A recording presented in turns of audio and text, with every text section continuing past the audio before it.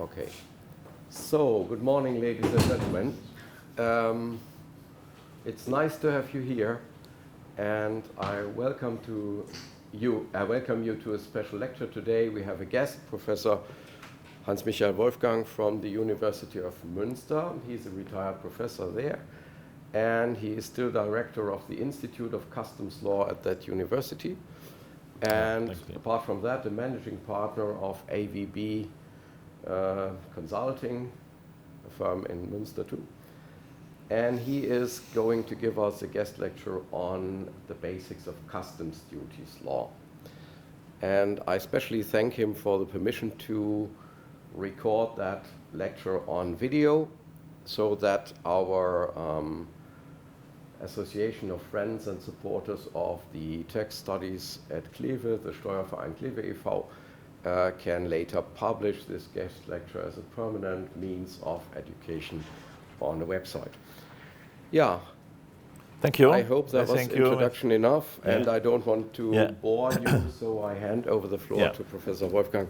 Thank you very much. And thank you very much, Norbert Dautzenberg, for inviting me to this lecture here in Kleve, and I'm here the second time. So some years ago, I think, I had the pleasure already to talk about customs and international trade and the legal aspects of these topics to other students at that time. I think it were other students than today.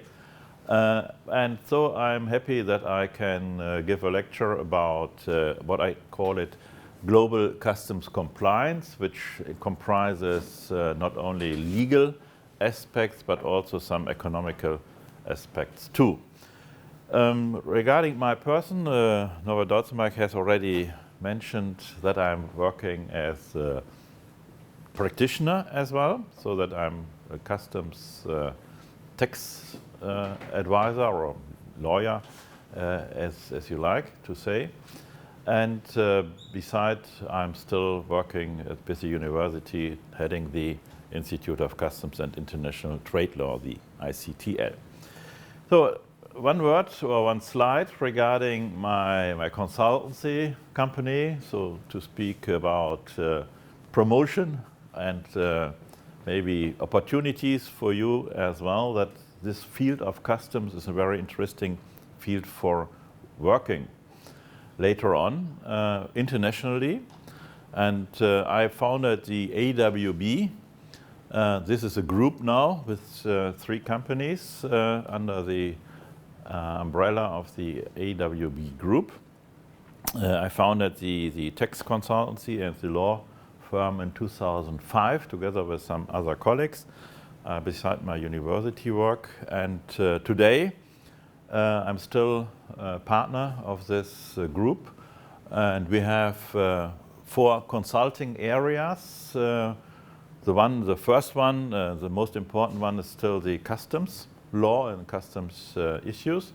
Second one is export controls. Oh, excise, I mentioned excise law, but the third one is the export control law, which has become very, very important because of the last years with the sanctions against Russia. And then we have the topic of value-added tax as well in our consultancy areas. And we have around about 60 employees currently.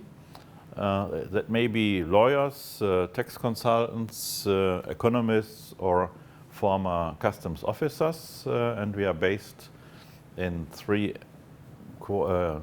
cities of Germany. The headquarters still is Münster, but we have branches in Hamburg and Munich as well. So this is the company which is now I would say, biggest company for consultancy work in the area of customs and export controls in Germany, with the biggest team, at least.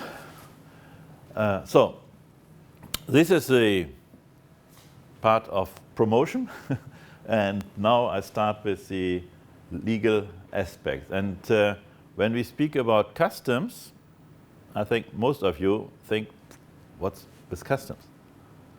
You know all customs officers standing at the airport watching travelers with some items, maybe smuggling, trying to smuggle. But I think, and you think, what's that for international trade? What has this to do with international trade? This is a reality, that's true. Thousands of customs officers worldwide are standing at the border, may it be the airport or the other border control posts. But the main topic and the legal interesting topic, the most legal interesting topic, is the business side of customs. And the business side of customs is not that there is a customs officer standing, but this is the reality of business and of customs. Thousands and thousands of containers imported and exported every day or year or month into the European Union or out of the European Union or in other areas of the world, may it be United States or China or elsewhere. So this is the goods, border crossing goods. The volume is so big today. The global trade still is very, very big.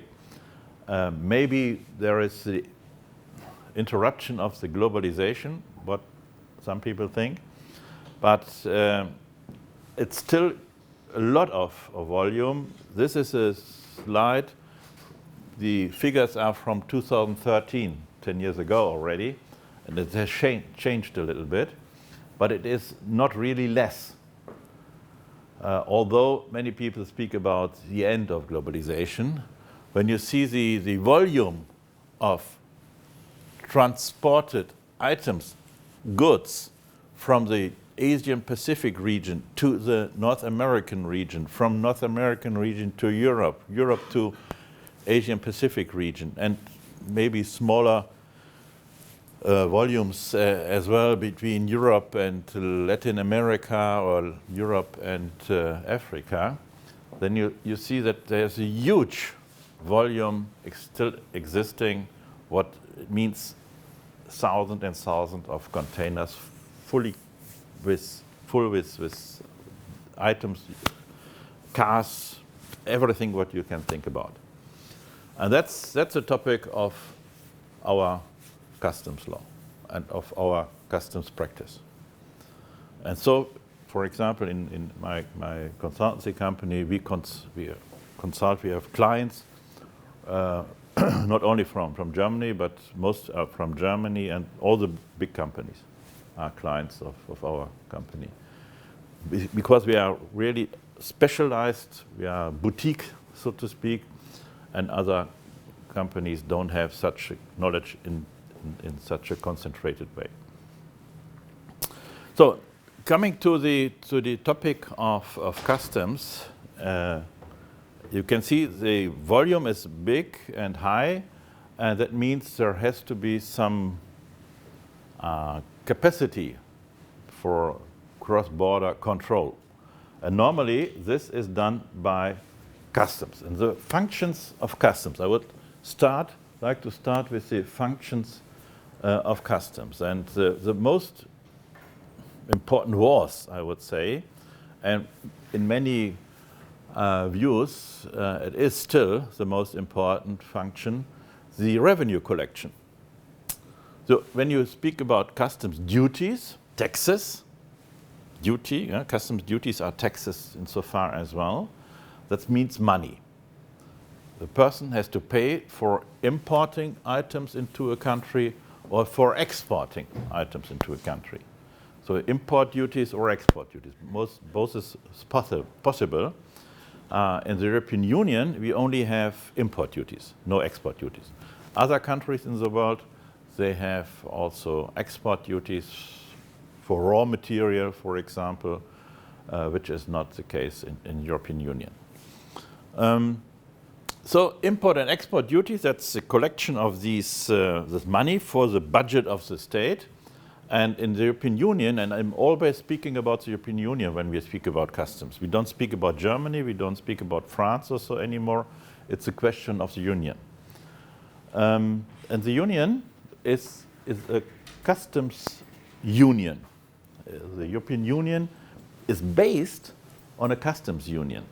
And customs union means that there is no internal customs control, no internal customs duties anymore, but one tariff for the items imported into the union or exported out of the union. That was already finished. This customs union has been already finished in 1968. The European Union, former European Economic Society, started in 1956, and 1968 the union, the customs union, was finished, finalized. And then 25 years later, we started in the European Union with the single market, 1993, without any border controls anymore, and with one market, so to speak, which means that we don't have a customs issue within the union. The customs topics is always import in the union or export out of the union. So it's not a question of customs between transporting items, goods from Germany to France. It's an inter-union business, the business in the single market. And the companies which are based in the union have the freedom to deal with all other companies worldwide, and also, of course, within the union. Within the union, without customs topics, worldwide, with customs aspects. That is the difference.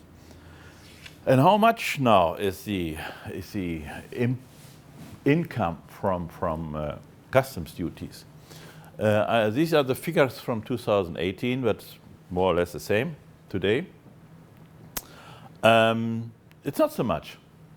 When you see that the budget of the European Union in 2018 was 160 billion euro, and the customs duties are traditional own resources of the Union, they have only a portion of 13%. 13% was, it means it was around about 20 billion euro at that time, at that year, and that's still the same, more or less the same. That's not much. When you think about taxes, VAT, for example, only in Germany, the VAT based on the imports into the European Union, and because VAT, you have to have yet VAT, VAT is still national competence so far.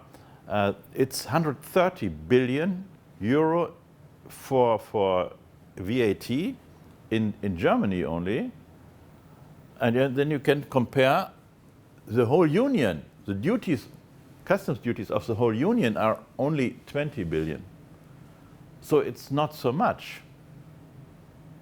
So the duty is not so important anymore. You could think.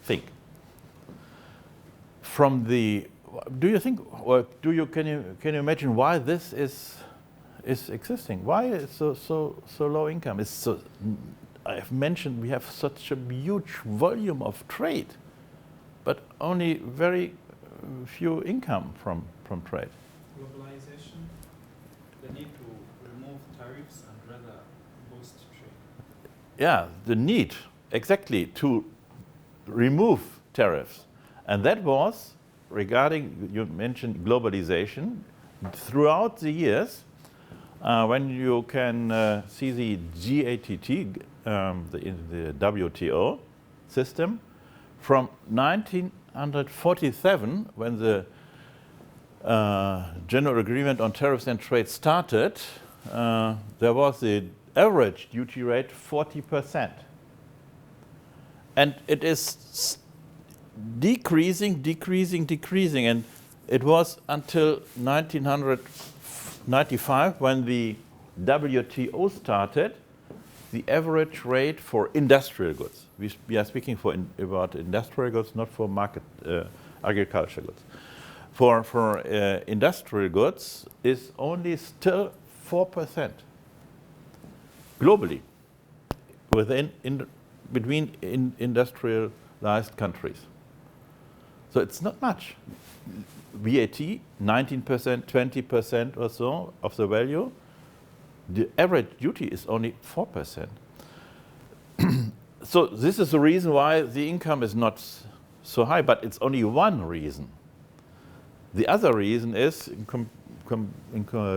combination with what you speak about, or what you mentioned, globalization, is to reduce not only the tariffs, but to eliminate the tariffs, but not against everybody. So you have friends. Some friends may import into your country without any duty, although other people, other countries, have to pay duties. For example, although I think in general we are friends of United States, for example, cars imported into the Union have a still duty rate of 10%. And from Mexico, cars imported into the Union is 0%. What's behind this? What's the reason? To protect the domestic businesses very much, because Germany is a very major vehicle producer, and American cars might penetrate the German market then, I suppose, or the European market. Yeah, and what's with Mexican cars? Yeah, not as, and they're cheaper as well at that point, but they're not as sophisticated and as renowned as German cars, for example. I don't agree with you, because Mexican cars are very good cars. Volkswagen is coming from Mexico. And a lot of other cars are produced in Mexico. Mexico is a big car producer. So why are we accepting a 0 rate for Mexican cars, although they are big car producers? Because they are under VW umbrella pretty much, and they produce them and import them here for domestic business. I don't know if I can agree with this. Maybe I misunderstood you. Because we have a free trade agreement. We have free trade agreements. We have a lot of free trade agreements. We, the Union, the European Union, have a lot of free trade agreements with other countries, bilateral. So we may export or import into Mexico without the duty rate, and Mexican goods may be imported into the Union without. And for this, I have this next slide to show you the trade agreements, the free trade agreements the European Union has already in force. There's more than 40 free trade agreements, and all the free trade agreements have one similar effect. Duty rate is 0. Bilateral. And that's the second reason why the duty income is so low. Because we have a lot of goods coming into European Union from Mexico here, from Canada. Canada is a free trade agreement country as well. Here in South America, Central America, then of course, around Europe, some countries in Africa and in Asia as well, Japan, Vietnam, Singapore, South Korea. These are, for example, countries with which the European Union has negotiated and concluded free trade agreements, always with the effect 0 rate. That's, so to speak, a little part of globalization. Or we can say regionalism against globalization. This is the topic we are facing. And I think this is the point we are facing more and more.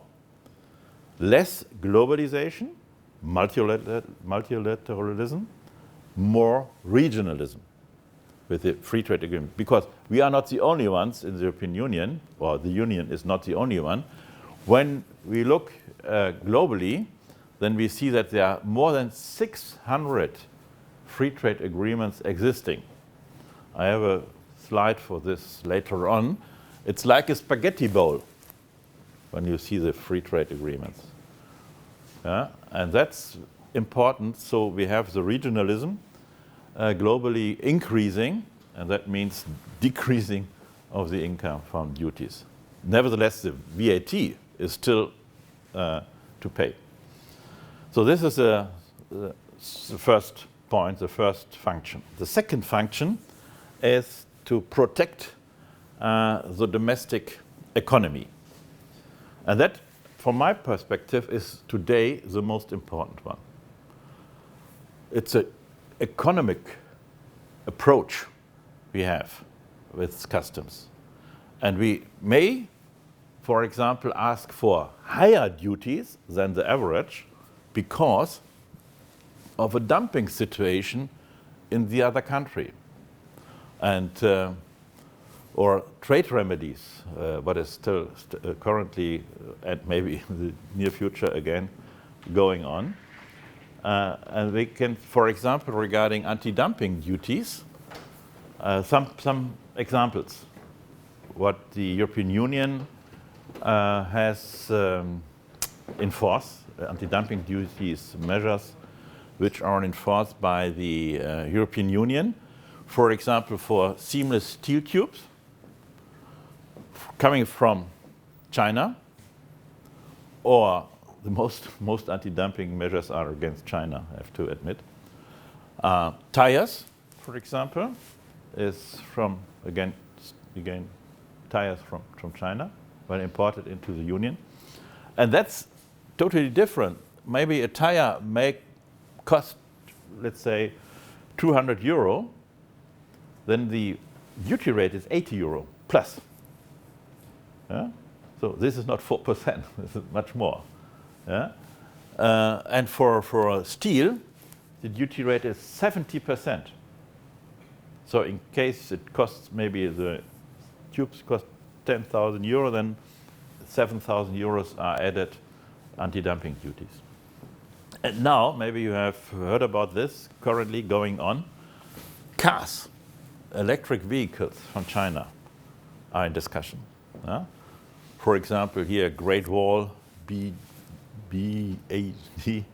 and the Mini, BMW Mini as well. Mini Cooper, electric. So in case you want to buy one, buy now. Maybe in July it's too late, because the idea is to impose the duties from 10th of July or so. First July. First already? Okay. 38%. Yeah. So it will be then a lot of more money to pay for these items. But the thing, and what from a political point of view, this is a discussion currently in Europe going on regarding these cars. Makes it sense? Is it wise to levy duties?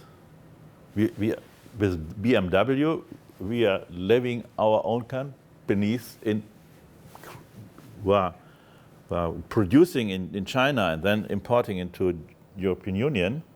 The German company, together with Great Wall China, producing the BMW Mini for the Chinese market, but also for the European market. They are importing these cars into the Union, and then they have to pay 38% or what else in addition. Is it wise to do so? Makes it sense. I do think the way it has been structured, it does make sense that you're not putting on all of the companies, but you're structuring them in sort of brackets according to the state subsidies that they're getting. The more you get the subsidies, is the more you raise your tariffs. And that way, that's the only way we can bring about economic equalization and level playing field. That's the idea. But German automotive industry is objecting this. Well, that's because the chancellor generally is objective, doesn't want to take a stand, but technically they are also benefiting from the Chinese subsidies. At least the report says so. Yeah, you're right. Now, I think this is a typical aspect of Europe. German automotive sector is opposing because they don't fear Chinese cars. Yeah, the more because it's of course they have the big ones in China as well, but the most cars probably will be in a sector, automotive sector, which is a low value cars, smaller cars, not the bigger ones. And therefore, what I've heard, the most automotive companies in favor of such an anti-dumping duties are the French car producers, because the French car producers, in average, have smaller cars, producing smaller cars, and they fear the cheap cars from China. What I've heard. German should, because if you look at the trades and the purchases, especially the car industry, the EVs, the BYDs are overtaking all the Mercedes, and they're lagging behind with their technology and advancement of the same cars. And so if there is no regulation, I think in just 5 years, then the Chinese market is going to, producers are going to dominate the market, especially for EVs. Yeah. That's why you need the protection. Yeah, maybe we don't know what the future will bring, but what I have heard is that the automotive sector in Germany is thinking when there is a duty on cars from EV cars from China in the European Union, the Chinese will do the same. And then we will have, for our big cars, we are exporting to China, or producing in China, but exporting especially, we have such a big problem. And do you know what's the volume of turnover of Mercedes, for Volkswagen and BMW is the global, the percentage of global turnover? It's in China. In China? I don't know the number, but it's in China. That's their biggest market. 30% Mercedes, 40% Volkswagen, 30% BMW. And they are exporting big cars, not the small ones. And when they know it, when they lose this market, you can imagine what happens. And that's their fear. They don't fear the big cars here. They fear that they cannot import anymore, and they are not competitive anymore. Besides the technical aspects, from the price, they are not competitive anymore. So this is the point which is in discussion currently. I think what it will come. I think the duty will come. If it device, different aspect. So trade remedies as well. We are facing this picture from the Trump time. Maybe this is the near future again. And the trade remedies we have between United States and Europe and other United States and other countries, for example, for steel is 25%, for aluminium around about 20%, I think. It's currently it's not eliminated under the Biden government presidency. It's not in force only, but it's still existing. So when Trump comes into office again, maybe it will be there next year, pops up again, 25% trade remedies, and that means all the European items become more expensive in the United States than today. So this is a problem, and we of course have on the other side our duties on for it was for Levi's, for example, in this not so important, but it will then be for more important items. So this is a difficult situation. Then the third function of customs is the protection of the society and law. And that means, for example, prohibition of import of drugs, weapons, protection of consumer and health, and all the sustainability regulations we currently have. I have one example for the intellectual property rights for fake Adi Boss, not Adidas, Adi Boss, but you can. So these are fake products, for example, or from consumer protection and product safety. All items which are distributed in the European Union, you have this sign of product safety, and there is a more or less similar China export mark, CE. So you can't differentiate on the first view, for example. That's a point. Or another point is the Green Deal of the European Union. I have one aspect of sustainability. European Union tries to reduce the carbon leakage or the carbon footprint we have in the world, and we have in the European Union, we have a trading system for emissions.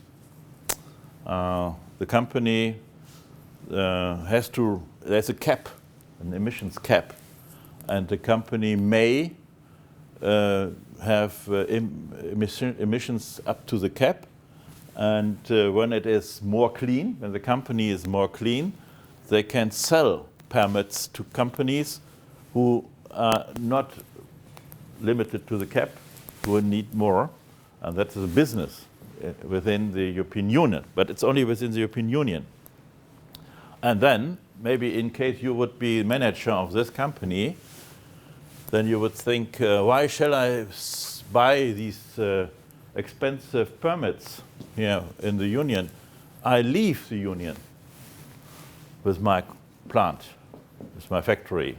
I produce in Mexico or in Brazil or elsewhere, and then I import the items into the Union. And for this, the Union has now a new instrument. It's the so-called Carbon Border Adjustment Mechanism. And that means as much the companies within Europe have to pay for the production and for the emissions, the same will be to pay for importers when importing into the Union. So this is the price the companies within the Union have to pay per ton, and this is then the same price which has to be paid by importers when they are importing, for example, steel or aluminium into the Union. So it's based on the carbon emissions in Mexico, in Brazil, or in China or elsewhere. They have to be paid here when importing into the Union to have a level playing field with the production situation within the Union. So this is starting in 2026. It's already started with reporting obligations, but to pay is the 1st of January 26. Yes. So this is one of the topics of customs as well. And the fourth one is the protection of national security and safety, which is very important today, became more and more important regarding, for example, national security. When we see the situation after the 24th February of 22 with the war between Russia and Ukraine and the tensions which are between Russia and the NATO states. So this is a question of export control as well, so that no weapons or similar items are exported to Russia or via circumvention are ending in Russia. That's for weapons, of course, but it's also for dual-use goods. The dual-use good is, so to speak, the same item which can be used for military purposes or for civil purposes. And that's the most items which can be used both. Microchips, for example, you can use in a washing machine or in a computer, or you can use it in a weapon, rocket, or what else for military purposes.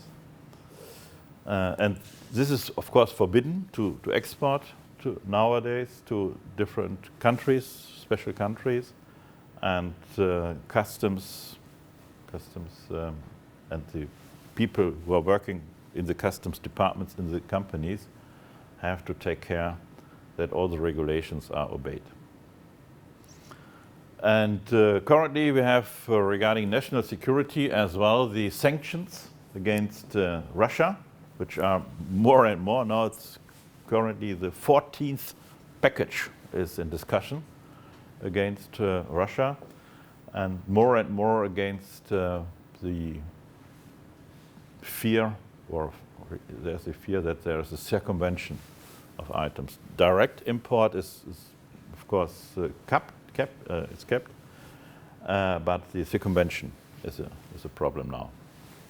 Companies exporting to Turkey, to Dubai, to China, and then the items, the washing machine, for example, exported to Turkey, then does not wash in Turkey, but is maybe re-exported to Russia, and the microchips are used for weapons. That isn't a case which is existing. German companies, because of this, a German company has a lot of problems currently. So this is the point. And then another point is supply chain security, which means that customs has also the function to guarantee that the supply chain is secure. And for this, it is necessary to know what is in the box, so to speak, what is in the container, and who is the one who is dealing with the container. These are both questions today which are more and more important. 20 years ago, nobody knew who is the exporter and what is in the box. One day, there is a container coming to a company like Wanda, what is in. And that is, from a security point of view, not acceptable. And therefore, since 2005, 2006, there is an instrument existing, the safe framework of standards to secure and facilitate global trade. It's a worldwide standard. And the safe framework, as it is mentioned, has the aim that the whole supply chain becomes more and more safe, transparent. And therefore, it's necessary to have cooperation between the customs administrations worldwide, between customs and business, and between customs and all the other agencies and administrations who are dealing with security topics. And that's working. We have for the cooperation between customs and business, there is, regarding the safe framework, there is existing a partnership program, not one partnership program, many partnership programs worldwide with different names. The SAFE framework itself names this partnership program Authorized Economic Operator. We in the European Union call it as well Authorized Economic Operator. In other countries, the same instrument is called different. CTPAT is Customs Trade Partnership Against Terrorism. In Singapore, Secure Trade Partnership. In this, I don't know, Canada, I think. And then you see African EAC, East African Community, has a AEO program as well, Authorized Economic Operator program. So these are only examples. More than 100 of these AEO programs are existing worldwide. And there are mutual recognitions between the different countries, so that the AEO of China is accepted in the European Union and vice versa. So to make the supply chain more transparent and on the other side more safe. So, and the fifth one, the last one, is business as well. Trade facilitation. To promote the legal business, the legal economic. That's the aim as well. All these other aspects were against the illegal dealings. Yeah? But there are many, many companies worldwide who don't want to cheat, who don't want to smuggle, who don't want to make a situation insecure. They only want to make business and profit.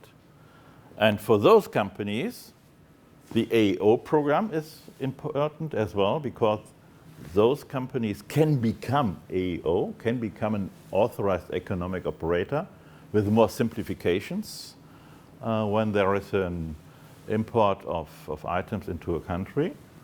And that shall be like a crane, so to speak, to pick one container very easily from one continent to the other continent.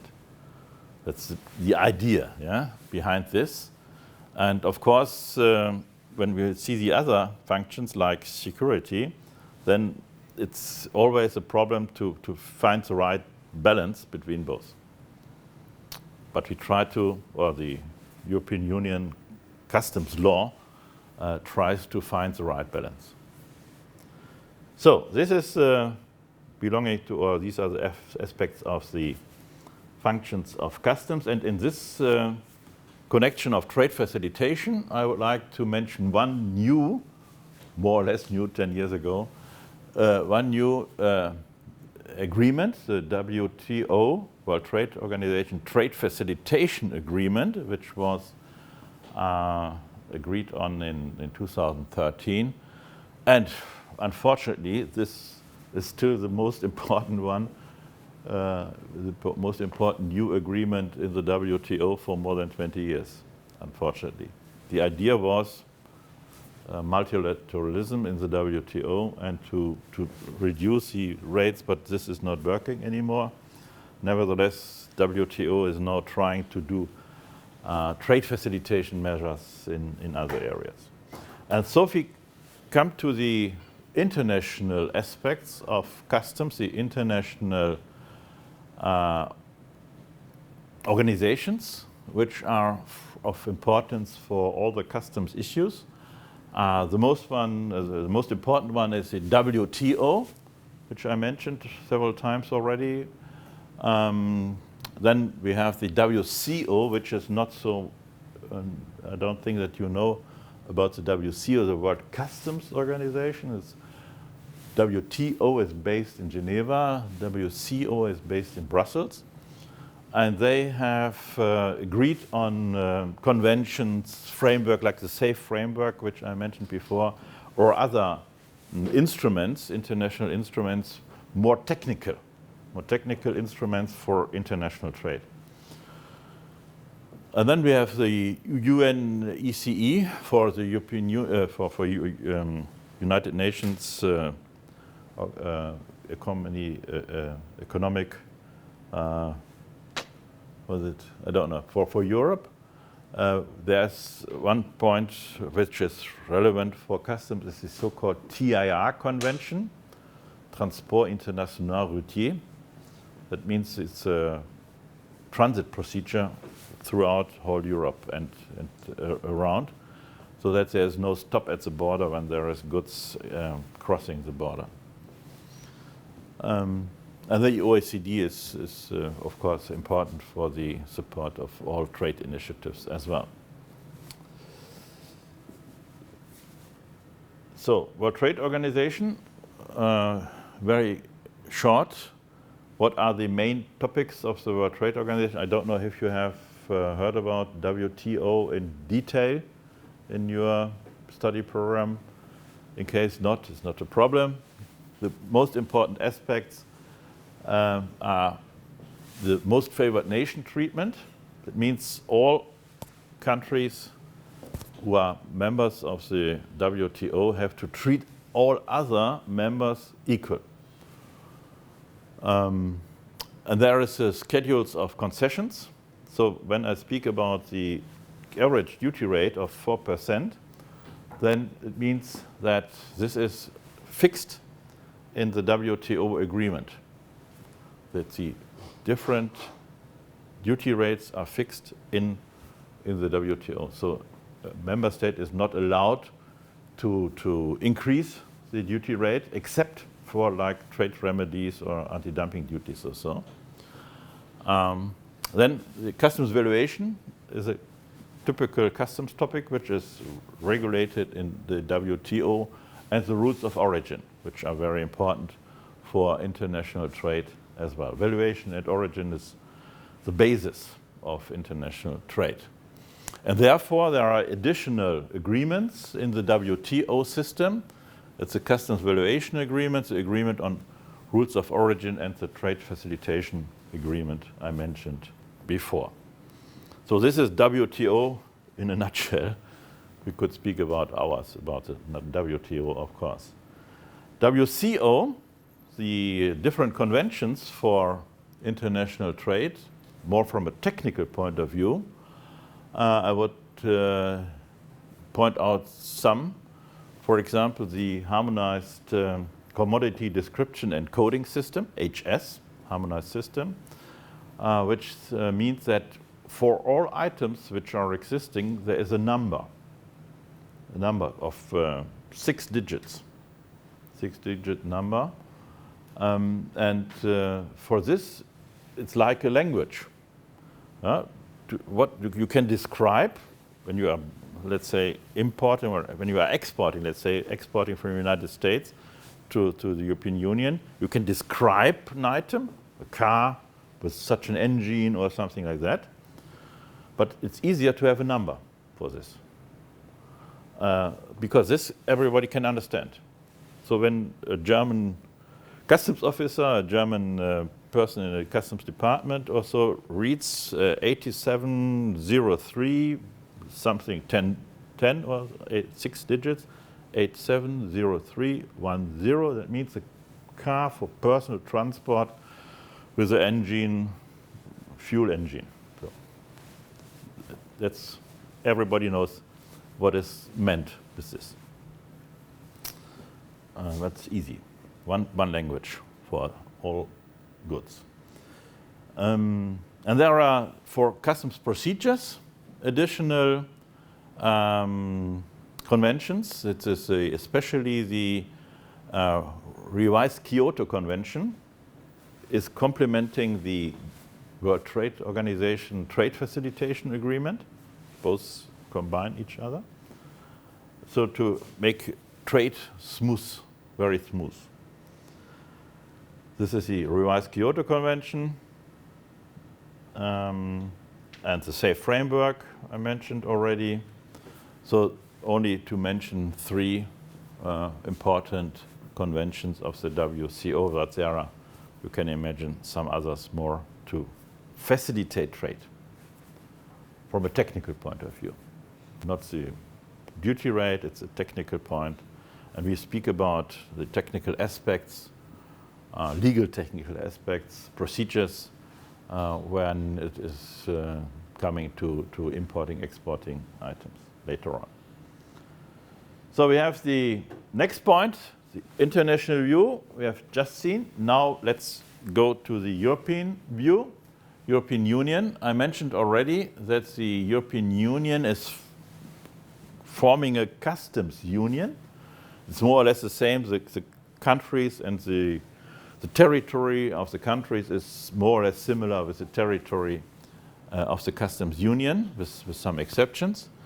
But you can imagine that this is here now 27 member states of the union, and so one customs territory on the territory of the member states, without Great Britain, as you know,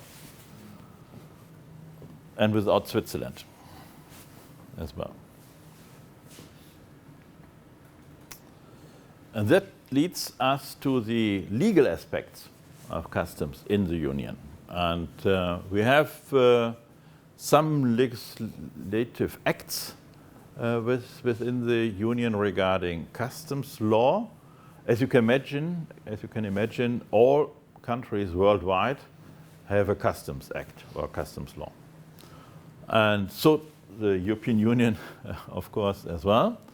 And our structure is we have basic customs law, that's the Union Customs Code, it's a regulation. Combined with an implementing act and a delegated act. These are technical issues. Additional, we have the combined nomenclature. This is the European version of the HS, the harmonized system. And additional, we have the free trade agreements with the different regulations regarding customs duties and especially regarding rules of origin. And that is what I mentioned in the WTO, there are rules of origin.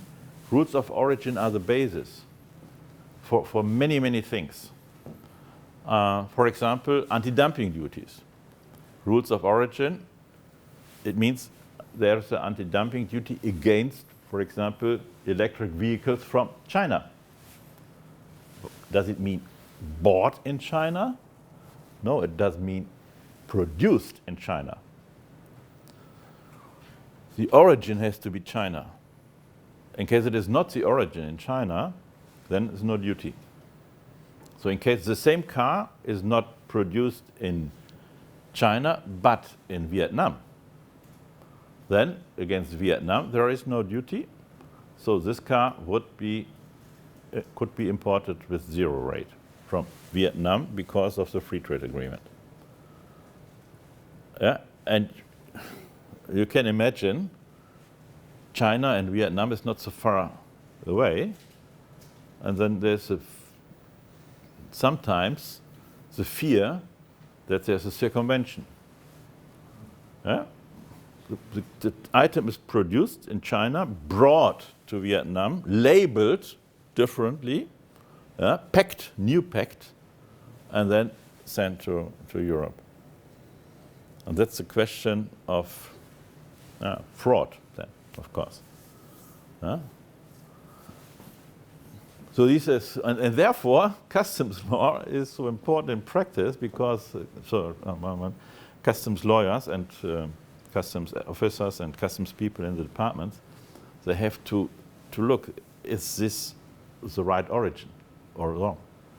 Please. So how do they determine that exactly, and what are the measures against it? Because how do you prove? There are two general rules. First, wholly obtained, wholly produced, obtains origin. When I have raw material from the earth, then it's wholly. And I have, in case I produce something with only items from produced or from origin, with origin from the country, then it's origin. In most cases, you have a mixture. You have imported items, like let's say, car. You have a motor from outside the country, like Mexico. Take Mexico. Mexico, you have, when you are producing cars in Mexico, then maybe the tires are from Japan and the motor is maybe from the United States. and the battery is from Mexico. That's for electric vehicles very important, because the battery is now the most expensive part of a car. And the regulations are normally, there's a general rule that 40% of the value of the car, of the item, may be not originating in the country. So in case the car costs 20,000 euro, let's say, then up to 8,000 euro, there may be parts not originating in the country where the goods, where the good is produced. So, but that's the general rule. Details are more difficult. Yeah, and in practice, I've actually read a report where that has been challenged as, in practice, being too ambiguous, that companies have especially circumvented it with the backstop in Northern Ireland or Ireland. Yeah, that's Especially with the British-produced goods that cross over the border and then enter into the customs-free territory. Yeah. It has been a problem. yeah, with Northern Ireland. That's Yeah. right. Yeah. Yeah, these are the difficulties, the problems. I'm just speaking about the general view, but in case we could dive into all these difficult problems, that would be very interesting, of course. But then we need more days, some more days. Okay, so this is the legislative side from the customs, and then we have additional regulations regarding trade policy, export controls, embargo, sanctions, prohibitions, restrictions, and hundreds of regulations are existing in the European Union, all dealing with these several different functions of customs. And that makes it difficult in the practice, to understand all the different regulations which are existing in the European Union. For you, I have sent the customs code, the Union Customs Code, the basic law I have sent to Norbert Dautzenberg, so that I think he has uploaded it into your Moodle platform. So only to have a feeling for the regulation. So, regarding the customs code, I mentioned already that this is the basic customs code is the regulation from 2013, the number 952, and then there is a delegated regulation and an implementing regulation. But I think we can skip this. It's not the time now to go into details of the customs code. Here's a view about the structure of the customs code. I think it's enough when you have an overview of this. And then I want to show you some practical aspects of customs, how we can deal with all the items flowing around the world from a customs perspective. And we have some customs procedures. It's not the case that there is a container with items coming in Hamburg, port of Hamburg, and then you put it out and maybe you pay some duties and then everything is fine. No. It's of course a special, well, there are different procedures. The, let's say, easiest one is the release for free circulation. But it is also the expensive one, because you have to pay when there is a duty. In case there is no duty, then it's easy to release for free circulation. That's the import side. The export side is same, exporting out of the Union. It's more or less relatively easy as well after export control procedure. Interestingly, or very interestingly for companies, is or are the options, the so-called special procedures. And we have 4 special procedures. It's transit, storage, so-called specific use, and processing. And these special procedures are used very often.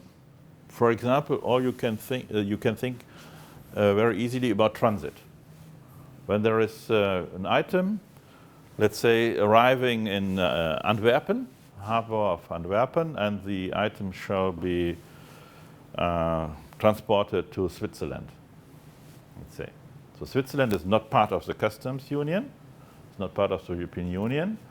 So what would happen in case you would, or the company would release the items in Antwerp for free circulation within the union?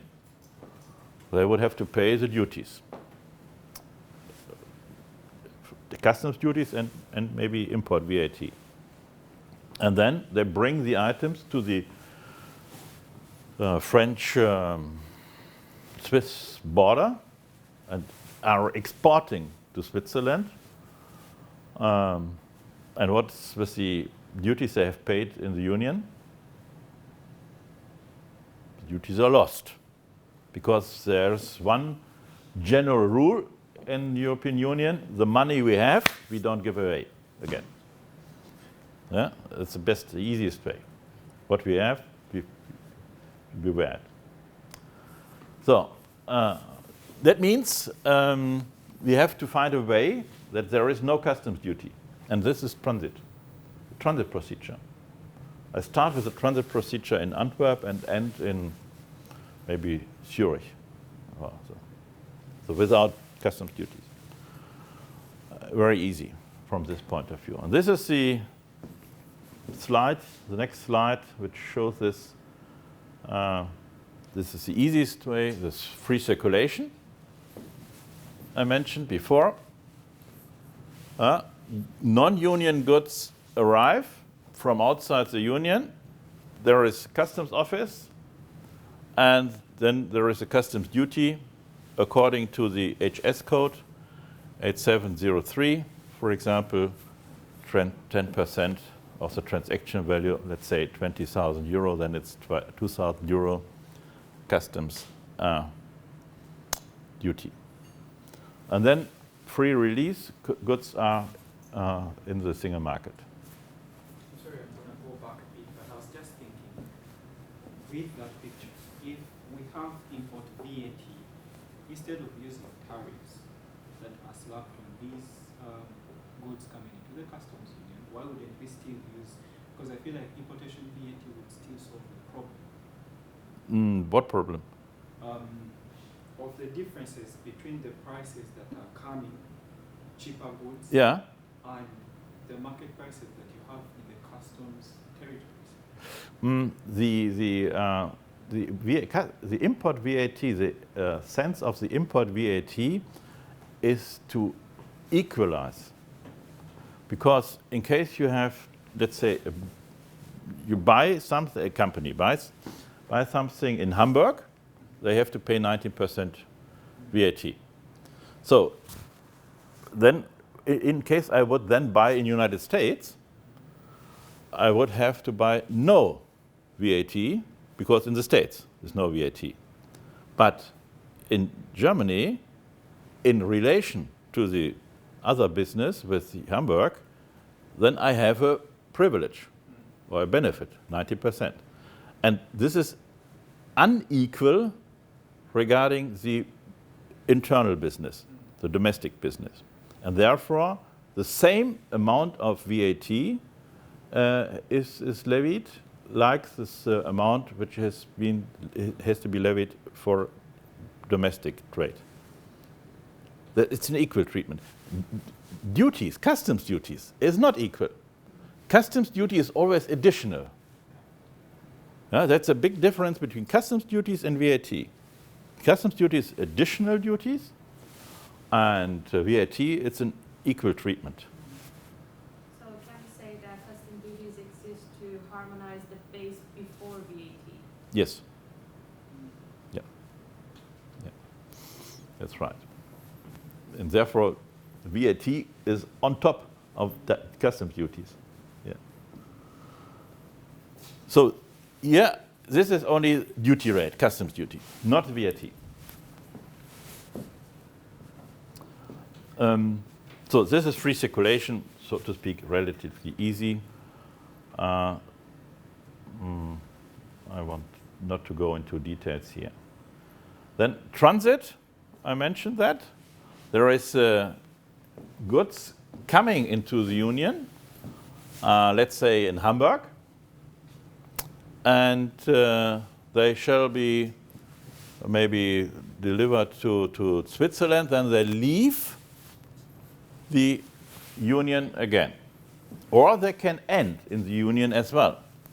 So let's say their items are coming to Antwerp and shall be sent to Poland, Warsaw. Then it can be a transit procedure from Antwerp to Warsaw and then ending in Warsaw. But then it has to start the next procedure, for example, free release. Release for free circulation. Or the other point is transit through the Union to Switzerland. We export directly to Switzerland. So both is possible.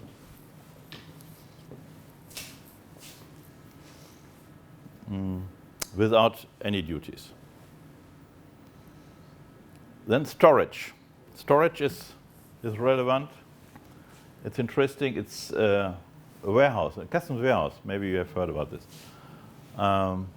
There is an option that when a company does not want to use, let's say, to use items at once, maybe they need it in some month, or maybe they think about re-exporting the items, then they bring the items into the Union in a storage, in a warehouse, customs warehouse.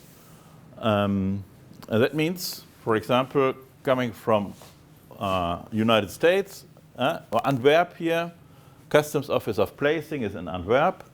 Then the items are brought here to Kleve, let's say. Here is the customs warehouse. Items are stored here. And then the company decides, oh, we need some, for example, items in Switzerland, then we export it to Switzerland. We need items in France, then we release for free circulation within the Union, or we bring back the items also. The most important aspect is no duties as long as the items are in the warehouse. Are there any additional storage fees? Because I'm sure that you can't store, or that these units won't be stored forever in a Zollager, pretty much. You can everything. For unlimited amount of time, Yes, pretty much? and in case it makes sense. Okay. Normally it makes no sense. Normally you want to sell Yeah, items. so there are storage fees that come on top pretty much as general cost, or is it We- separate? No, that's no. It's just, you have maybe you bring it for 10,000 euro, and then you sell it for 20,000 afterwards. You have only to pay on the basis of 10,000 euro the duties. Yeah, but the question is on the 10,000, why also put storage space costs, for example? No storage costs. How, There are of course storage costs, but they don't. They are not added to the But to there's the a base value. cost, which is as a Yeah, storage yeah, cost, which yeah, is added yeah, to the yeah. Oh. Because the principle is, in this case, that the costs which are coming up in the Union shall not be added. Only costs outside the Union shall be added. That's the idea. So, and next point, next procedure is temporary admission. Maybe you have used this procedure your own as well already. When you have a car, when you go with a car to Switzerland, or the Swiss people going with a car to Germany, or when there is, like this case, there is a racing, for example, or other fairs or exhibitions or so. when items are only in the European Union for a short period of time and only for using for special purposes, like using for a race, like using for a fair, like using for an exhibition. They don't enter the economic circuit. These items don't enter the economic circuit, and therefore there is no reason for a customs duty. There is no competition, so to speak, to products produced within the Union. And that's very often, as you can imagine, this type of procedure.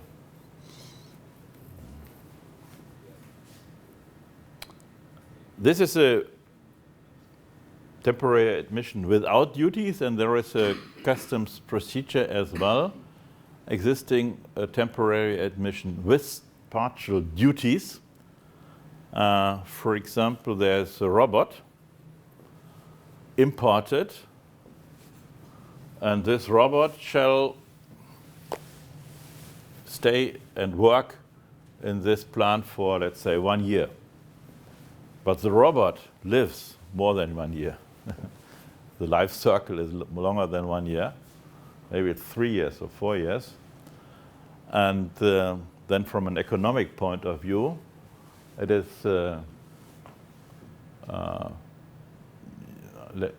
it's correct to say, oh, this life cycle is 3 years. We need only 1 year this robot. So this robot is in competition to a German robot only for 1 year. So it's not necessary to levy the full amount of duties. And therefore, then it is possible that there is a partial relief of customs duties for this when it is re-exported after 1 year. Yeah. So, if I understand the thing which all these temporary procedures have in common, that seems to be that you can postpone the customs duty payment until you either leave the European Union again, so that they don't go to consume here or to the market here, or that you then pay for free release. Mm-hmm. And in that last constellation here, well, the object partially was used here. Mm-hmm. So partially you tax it, and if you bring it out later, the rest of its value doesn't stay in the European Union. Exactly. So that seems to be what they have in common. Yeah. With temporary admission, I read something about British pop singer groups after Brexit.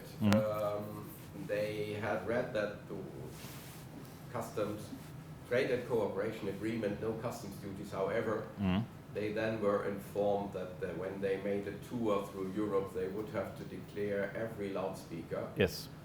And prove that the identical loudspeaker left the Union again, so that it didn't stay here. Otherwise, they would have the risk to pay. Yes. So that deterred them effectively, and they said they'd rather stay home and sing in the misty England. Yeah. Yeah. That's true.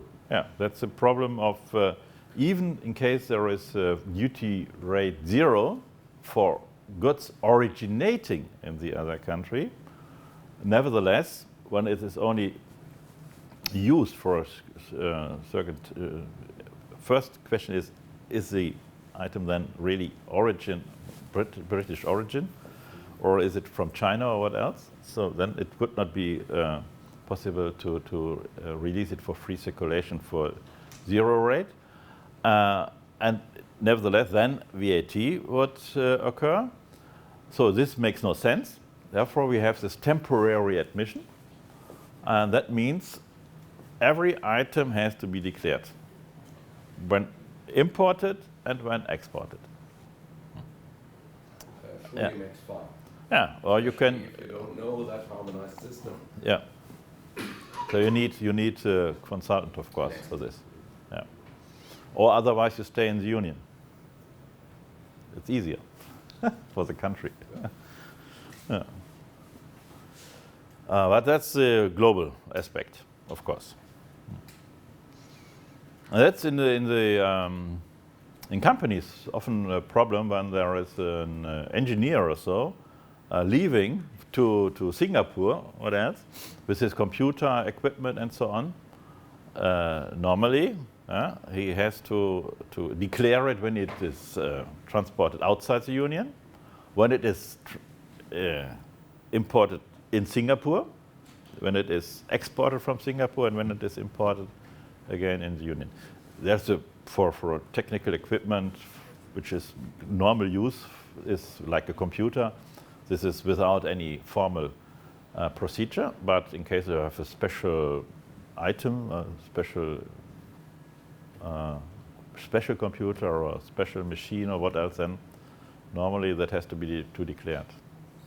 There's a lot of misunderstanding existing. So let's say, or let's go on. I have to see a little bit the time. One of the other procedures is the so-called end use. End use is favorite, let's say, favorite duty rate for special use, like these seats, for example. We see seats which are used for an airplane.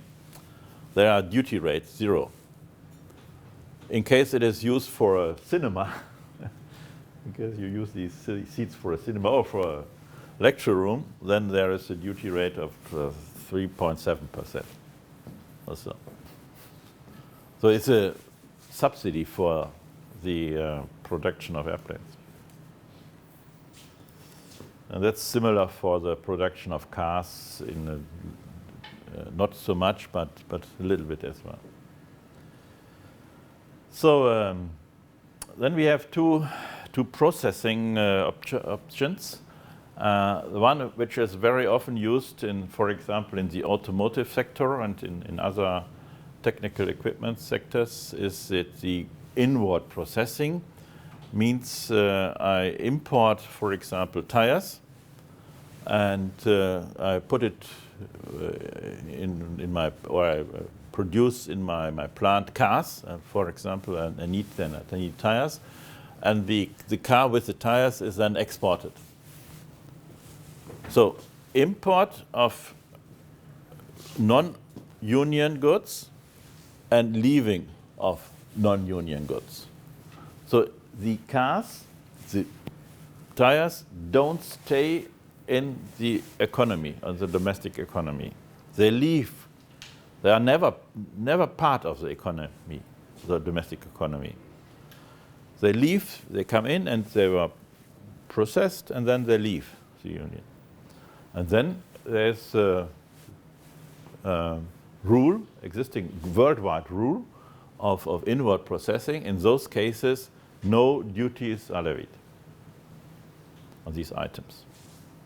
It's promotion of processing in the country as well. It's a subsidy from this point of view as well.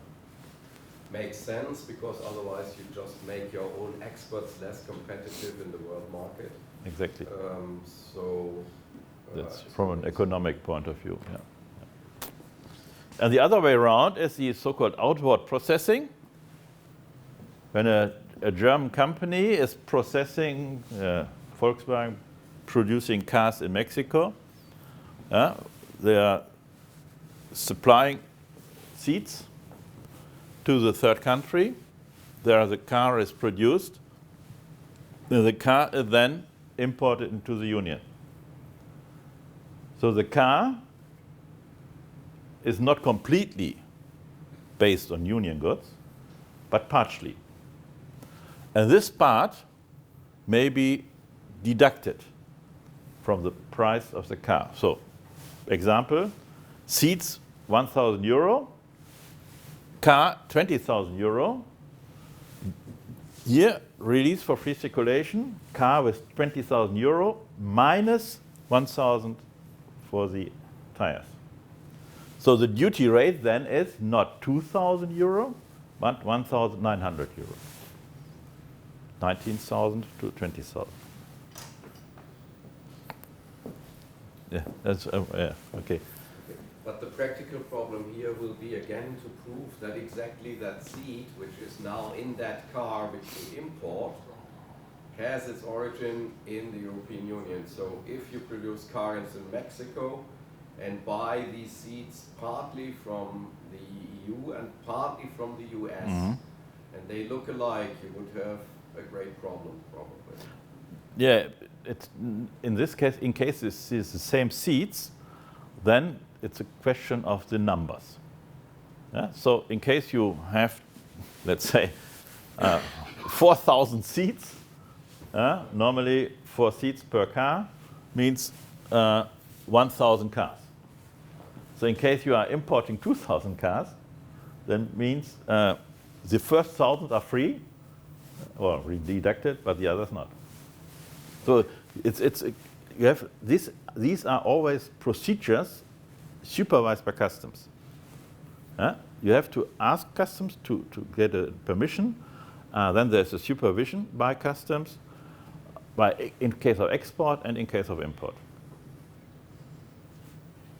So you don't have to prove that the seats which are built in the car are exactly those coming from the EU. Yeah, you can exchange. It would be sufficient if they are completely equivalent. Yes. Okay. Yeah. Exactly on the same point. If I have goods that are coming from either half or wholly from a third country, and then I make their production at least halfway in the EU, export it to again probably China, then in there I still don't sell on the market, still tax free. I carry the car, put it on the European market, probably with other things that are equivalent to 50%, I would still play around the whole system. Yeah, there's a lot of, I cannot check exactly your case just now directly, but in general, with these procedures, globally, you can do a lot of things. In case you know the procedures, and in case you know the regulations. Yeah, you have always to take care that origin is the one point. Supervision by customs is necessary, the whole process. But then it's a lot of possibilities given. Why are these procedures to save money or to use to save money or to enter a market, so to speak? Because when I say 4% average duty that means average cars 10% in Europe, and for example in Mexico 35% for not originating and not falling under a free trade agreement. So you have, as a company, you have to be very carefully to always register exactly what you are doing, and that the customs administrations of the different countries involved can check if it is okay what you are doing or not. And so I'm guessing the more they realize you're actually beating their system is the more they update their regulations, right? Because there is exchange of information. Of course, in the fight against fraud or so. That's true. Yeah, but in general, it is the big companies, the global working companies, for example, in the automotive sector, they are always doing these, using these procedures to reduce the customs duties. But however, if you make a mistake in your documentation or so, that would be very expensive. Yes, exactly. Because it's very a definitive tax. Yeah. And usually it affects a huge flow of yes, yeah, it's the best clients. Yeah. From this point of view, because the amount is very high, because it's not one car. Then, where there's a mistake, then they have maybe thousands of cars. And then the amount is really high. Yeah, that's the game, huh? A little bit. You have to play the game in the right order, otherwise you have lost. Yeah. Okay, so far so good. This was, I think, an overview about the options for customs procedures and for companies to save money or to enter into markets. Now I want, as a last part, I want to have a look into the global future of customs, which is always difficult to see what will be happening in the future. But I expect some expectations I have. I think we will have a standstill with tariff reductions.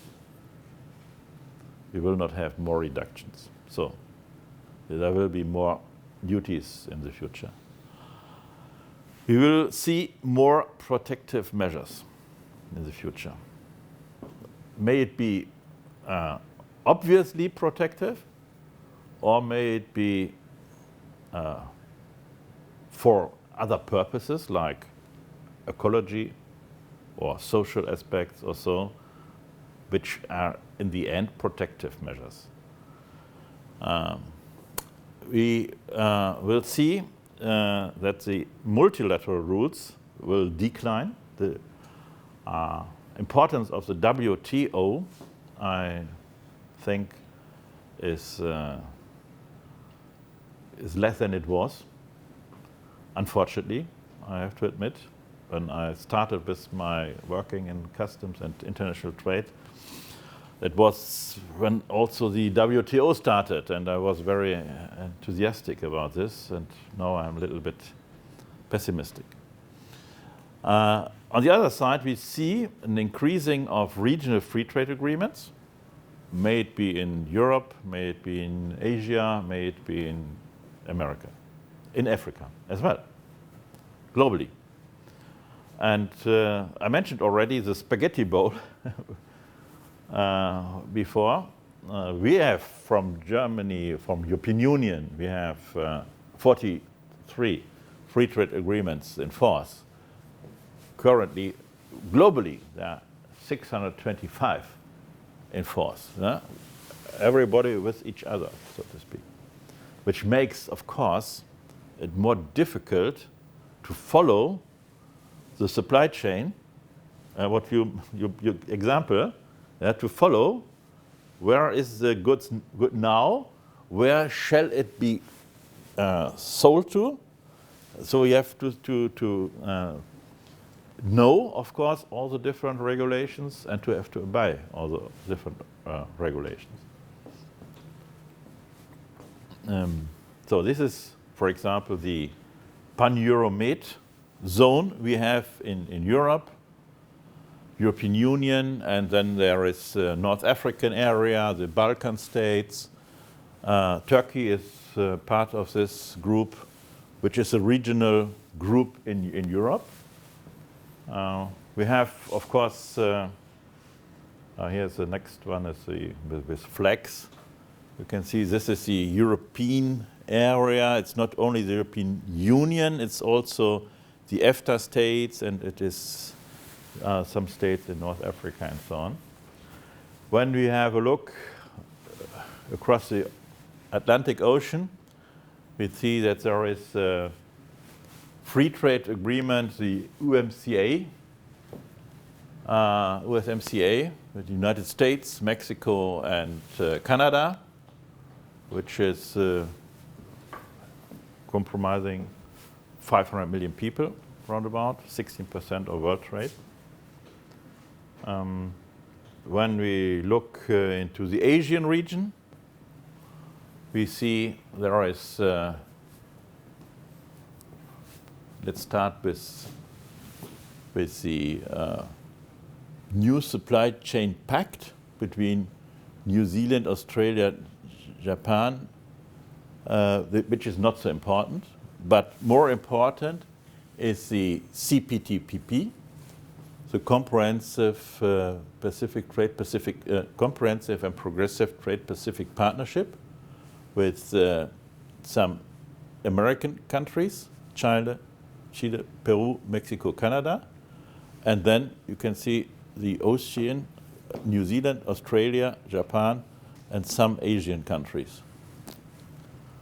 It's CPTPP. It's a free trade agreement existing. It's working.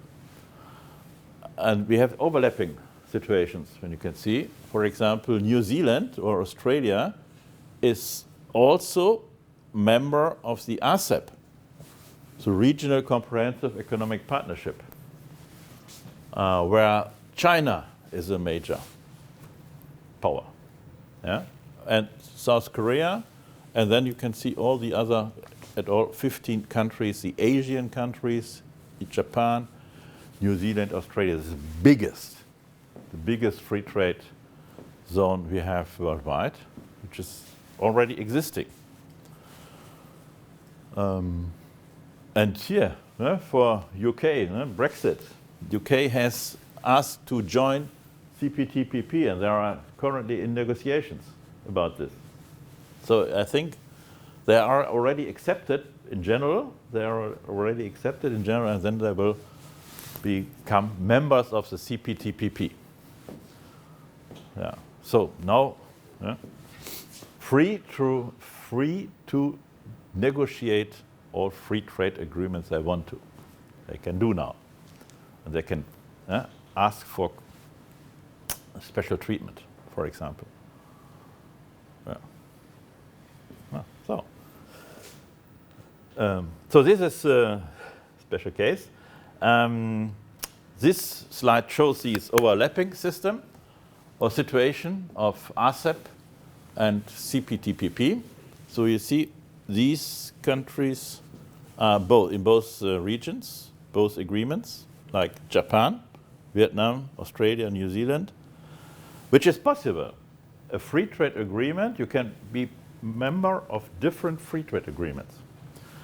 But when a company is using the regulations of the free trade agreement, they have very exactly to obey the regulations. So in case there is something produced in Japan, then this is a market, RCEP market, with rules of origin for the RCEP market. When they want to export to Canada, they have to obey the rules of CPTPP. It's other, not so much different, but slightly different rules of origin. And that is the, sometimes when I speak with people in companies, then they tell me, yeah, this is origin Germany. First, there is no origin Germany anymore, it's origin European Union. And second, origin from what direction? From what view? From the view of the EU agreement with Mexico, or EU agreement with Canada, or EU agreement with UK. So we have always different routes of origin. And therefore there is not one origin existing. It's always an origin of an item according to a special regulation. And sometimes it can be origin, sometimes it cannot be origin.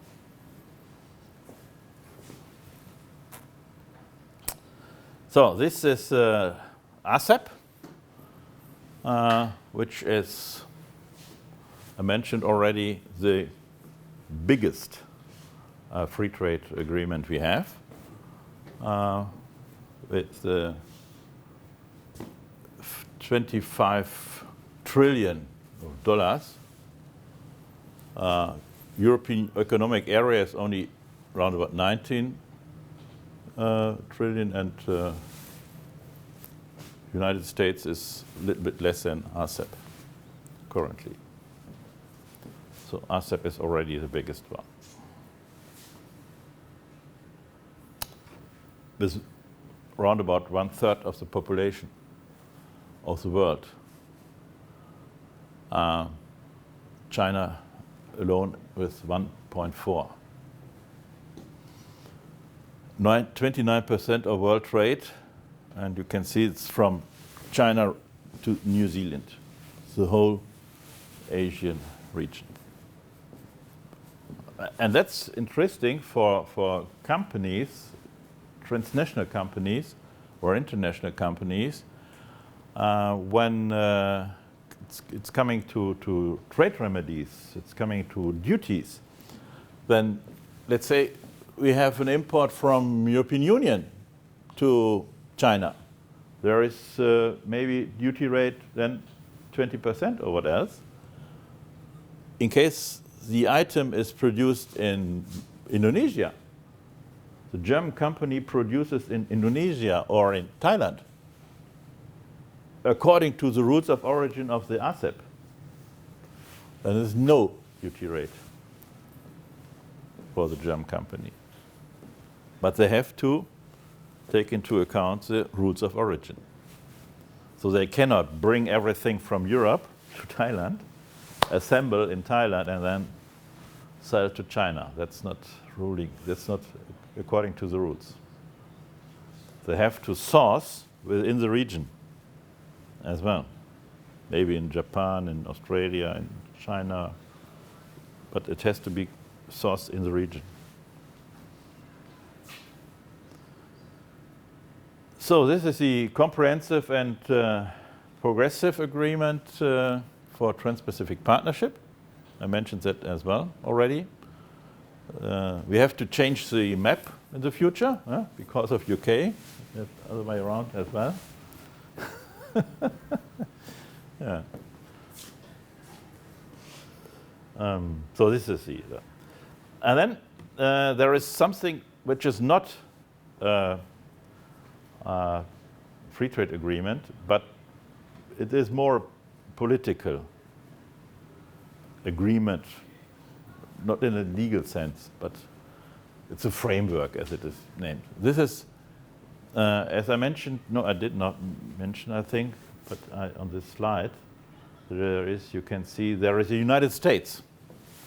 United States was founder of the TPP, Trans-Pacific Partnership. And then Trump came in office, 2016, and he withdrew from the TPP, and the others then continued with CPTPP.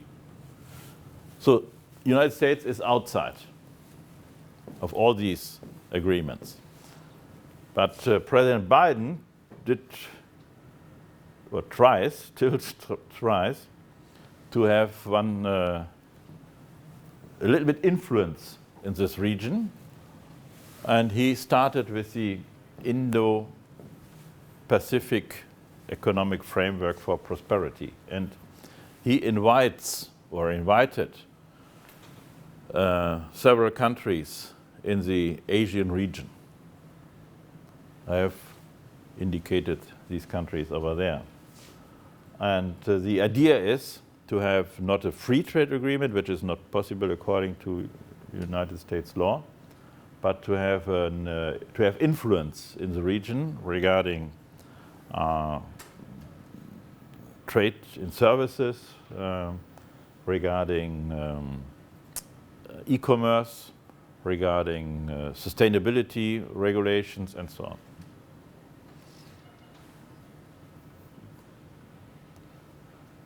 And insofar, when we see the overlapping situation, it becomes more and more difficult now. You can see the ASEP countries, you can see the CPTPP countries, and you can see the IPEF. And look, one point, China is only partner of ASEP. He is a player, the player of the game in the ASEP, or China is. United States is outside of all agreements. India as well, but tries in the United States try to have influence in the Asian region via IPEF. And India is in between, is not a partner of ASEP.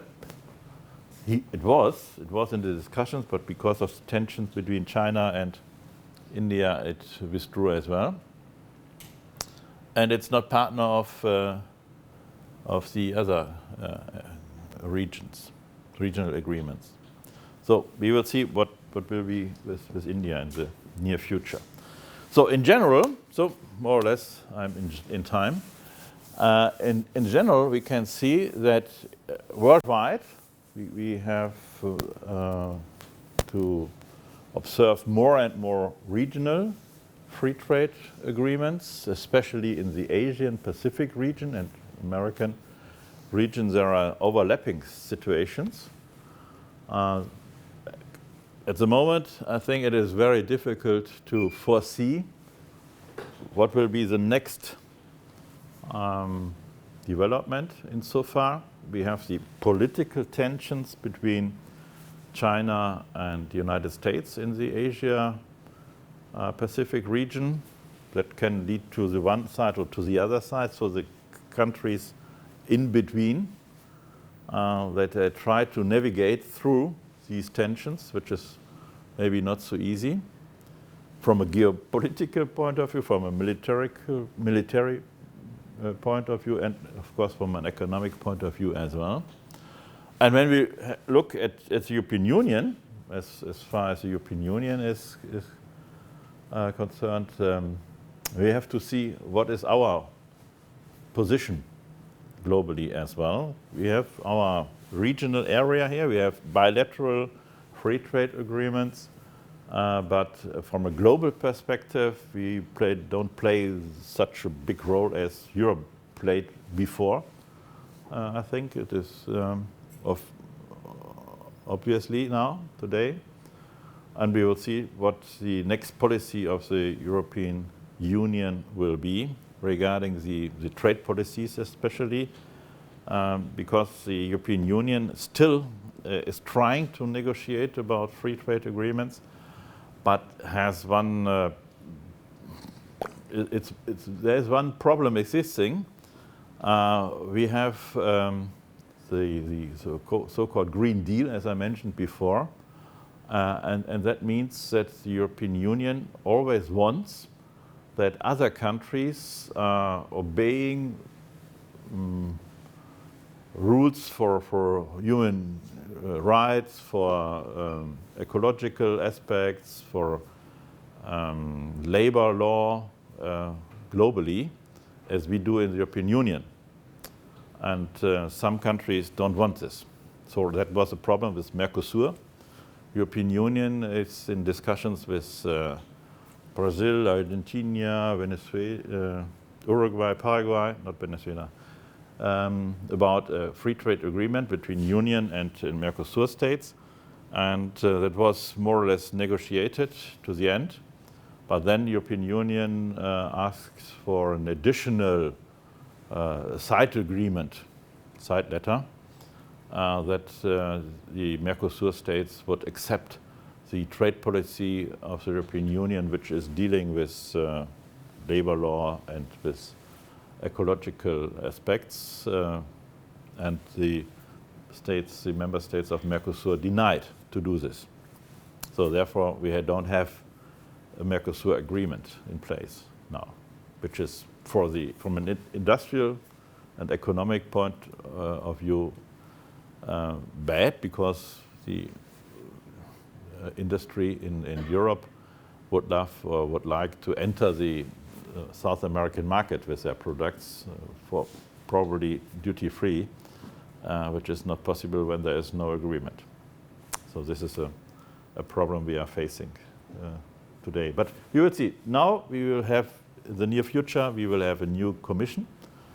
We have a new parliament. European Parliament has changed a little bit from the political relations, and the new commission, it will be, I think, Ursula von der Leyen will become the president of the commission again, but it's not clear who will be the players in the political sphere. Will it be the socialist green, or will it be more the right wing? So that can have impact for the trade policy of the European Union in the near future as well. So thank you very much. And that was a global overview of customs and international trade, not only legal aspects, but I think also economic aspects. And thank you very much. And I'm here, of course, for your questions and to answer any question you still have. Thank you. No questions anymore? No. Yeah. So, thank you very much. Thank you very much, Professor Wolfgang, Yeah, welcome. for your excellent lecture, and I hope to see you here again in the future, perhaps. Yes, would be a pleasure. Thank you very much. Okay, so this is